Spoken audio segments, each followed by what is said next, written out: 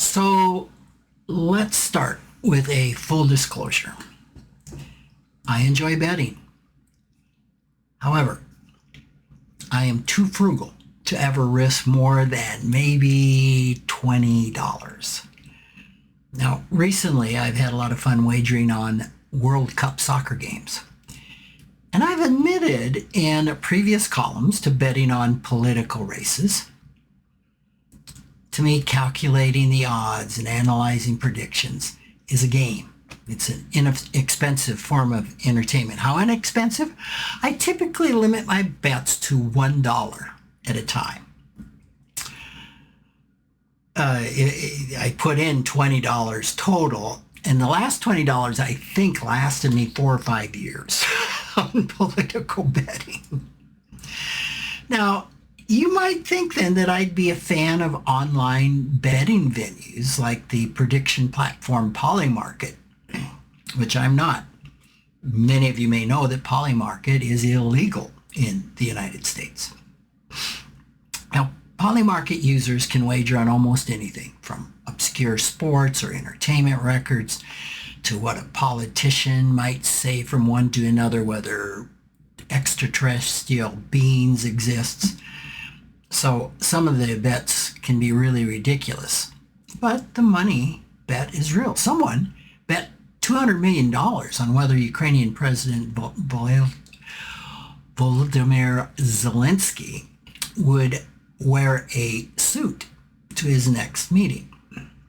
In a May 28, 2026 article in Advisor Perspectives titled, "Polymarket's Losers Are Discovering an Age-Old Truth," Bloomberg columnist Aaron Brown examined who actually wins and loses on the platform, and the results are not encouraging, especially to would-be gamblers.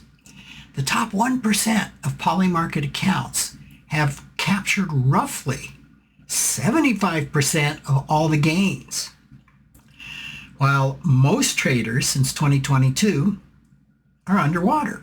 There's over 100,000 accounts that have lost at least $1,000 since the beginning of 2025, which is nearly twice the number that made as much. Everyone else in aggregate lost $131 million. According to Brown, that pattern holds across speculative markets broadly. In fantasy sports, 91% of total profits went to 1.3% of bettors. Now, consider this, that 97% of Brazilian retail futures traders lose money, but U.S. retail equity options traders lose 5 to 9% per earnings announcements trade. So indications of insider trading on Polymarket, like they probably are on the Brazil retail futures, are also concerning to the point of provoking a federal indictment and a congressional probe. Now, numbers like these aren't enough to discourage bettors. The story that active traders and speculators tell themselves is a well-documented cognitive bias called overconfidence. And that's the belief that they're different, that they can outsmart the market where others have failed. Admittedly, there's a lot of ego in that belief, and underneath it is a lot of fear and vulnerability, because for many people, the fear is not about the risk of losing money. It's a fear of being ordinary, of discovering that they are not actually smarter than the market. For some, that possibility carries an even deeper weight. If the market's smarter than I am, does that make me a failure? The bet, in other words, is more about identity than money. Another cognitive bias that affects speculative betting is called herding. That's the tendency to abandon your own judgment and mindlessly follow the crowd. This is different from the idea of the wisdom of the crowd, which carries some truth. It works precisely because participants in large group actions are independent, have their own information, and have real money on the line.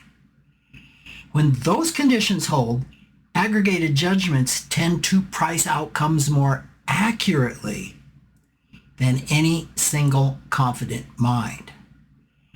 This is one reason why index funds work. Index funds harness the crowd's collective judgment rather than trying to outsmart it.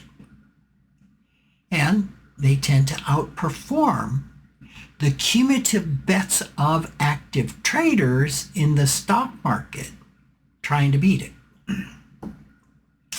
Overconfident traders think they are beating the crowd. Herders join in without thinking, and neither approach is likely to be a consistent winner. Trading volumes on prediction markets are expected to hit $1 trillion by 2030. This means more people are going to be drawn in either by overconfidence or by fear of being left out of opportunities, FOMO. Many of them will likely discover what others have learned before them, and that's penny ante betting on sports, politics, or absurdities might be entertaining, and to some it is, but there is nothing fun about speculative market trading that puts your financial future at risk. Thanks for joining me.